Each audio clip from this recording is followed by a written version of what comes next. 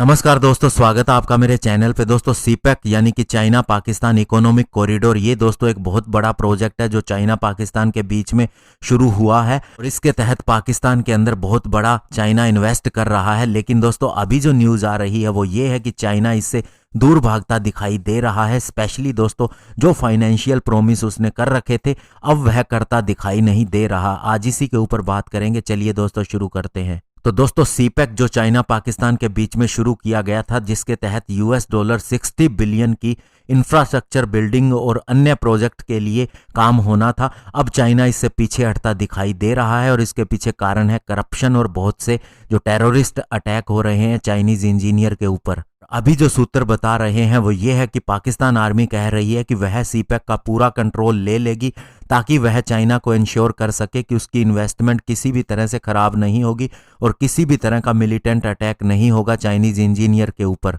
और ये नया बिल उस समय आ रहा है जब पता लग रहा है कि चाइना धीरे धीरे अपने प्रोमिस से हटता जा रहा है। और दोस्तों आपको ये भी बता दें कि state backed China development bank और इसके अलावा export import bank of China दोनों की जो ओवरऑल उधार है वो $75 बिलियन 2016 के अंदर जो थी उससे सिर्फ $4 बिलियन रह गई है। इसके अलावा 2020 के अंदर भी जो अभी अंदाजा लगाया जा रहा है वो ये है कि ये सिर्फ $3 बिलियन रह जाएगी। और दोस्तों इसके पीछे कारण यही है कि जो चाइना ने $1 ट्रिलियन का BRI यानी कि बेल्ट रोड इनिशिएटिव जो शुरू किया था अब बैकफायर कर रहा है चाइना को इसकी स्ट्रक्चरल वीकनेस की वजह से। यानी कि दोस्तों अब चाइना जो दूसरे देशों को डेब्ट ट्रैप के अंदर फंसाता था अब खुद ही उसके अंदर फंसता जा रहा है, क्योंकि दोस्तों जिन देशों को उसने उधार दिया था अब चाहे वह इन्वायरमेंट का असर हो या फिर दोस्तों कोविड-19 की वजह हो, वे देश अब उधार चुकाने के अंदर सक्षम हो रहे हैं। और दूसरी तरफ जहां पाकिस्तान की बात करें तो उनके प्राइम मिनिस्टर इमरान खान भी अब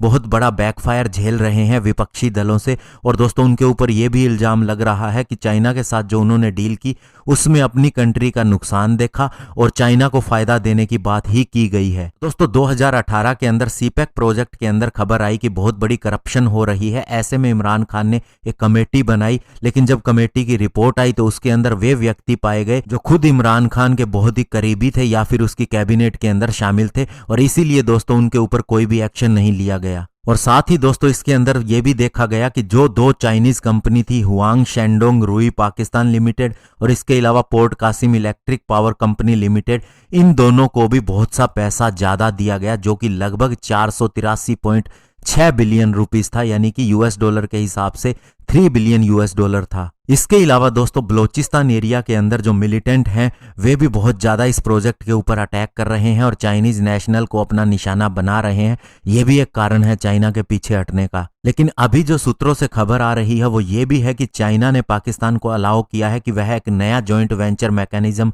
तैयार कर सके अन्य कंपनीज के साथ में भी जो चाइना की स्टेट ओन्ड कंपनी से अलग है, ताकि सीपेक प्रोजेक्ट को गति मिल सके, स्पेशली उसके $multi billion रेलवे प्रोजेक्ट के लिए। और दोस्तों ऐसा चाइना इसलिए कर रहा है ताकि अन्य देशों से भी फंड आ सके और पाकिस्तान की तो ऐसी हालत है नहीं कि वह इसके लिए पे कर दे, तो इसीलिए वह दूसरे देश की कंपनियों को भी अलाउ करना चाहता है। और साथ ही दोस्तों ये जो 1872 किलोमीटर लंबा एक प्रोजेक्ट है ये बहुत ही स्लो स्पीड से चल रहा है और चाइना को कहा गया पाकिस्तान की तरफ से कि जो भी इसके अंदर वह इन्वेस्टमेंट करे केवल हम 1% की दर पे इसके ऊपर ब्याज दे सकते हैं, और इसके ऊपर भी चाइना ने मना कर दिया। और साथ ही दोस्तों पाकिस्तान इस कंडीशन में नहीं था कि वह इसके अंदर जितना उसे बोला गया था वो भी फंड इन्वेस्ट कर सके। और पाकिस्तान का कहना था कि इस प्रोजेक्ट के कॉस्ट को $8.2 बिलियन से $6.2 बिलियन तक कर दिया जाए, क्योंकि उसके ऊपर बहुत ज्यादा डेब्ट लोड हो रहा है। और चाइना इस बात पे भी रजामंद नहीं हुआ। और कहीं ना कहीं दोस्तों चाइना ने भी इस प्रोजेक्ट के अंदर पैसा जो बोला था वो लगाया नहीं, तभी यह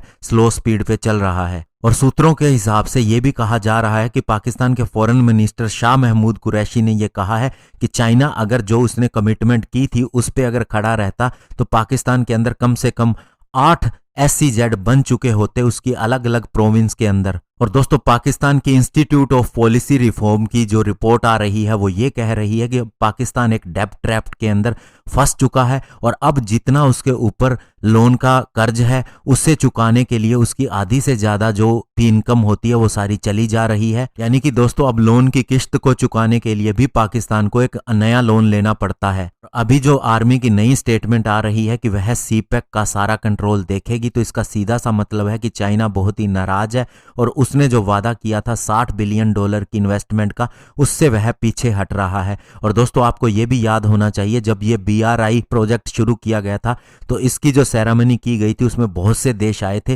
लेकिन इंडिया उसके अंदर नहीं गया था और इंडिया ने कहा था कि हम इसका हिस्सा नहीं बनेंगे। और आज देखिए दोस्तों सारे देशों के अंदर ये BRI का प्रोजेक्ट एक शराब के रूप में साबित हो रहा है और पाकिस्तान को भी इसके नतीजे झेलने पड़ेंगे। इसके शुरुआती रुझान आने शुरू भी हो गए हैं। धन्यवाद। जय हिंद।